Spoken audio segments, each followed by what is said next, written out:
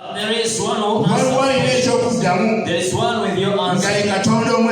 And he is our faithful God. He's going to answer you. He won't leave you like that. He won't leave you crying. He won't leave you sorry. He won't leave you broken.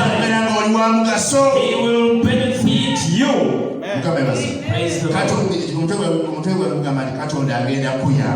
My topic says God is He permits without a child listen to him and even his wife Sarah, and when they told her that you are she laughed. She said,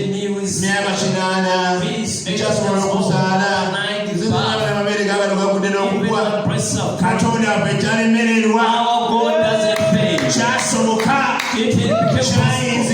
It was possible. And Sarai came back to Isaac. Amen. Even you may see and say, I cannot get married this year. Amen. Our God never had. And never comes in the right time.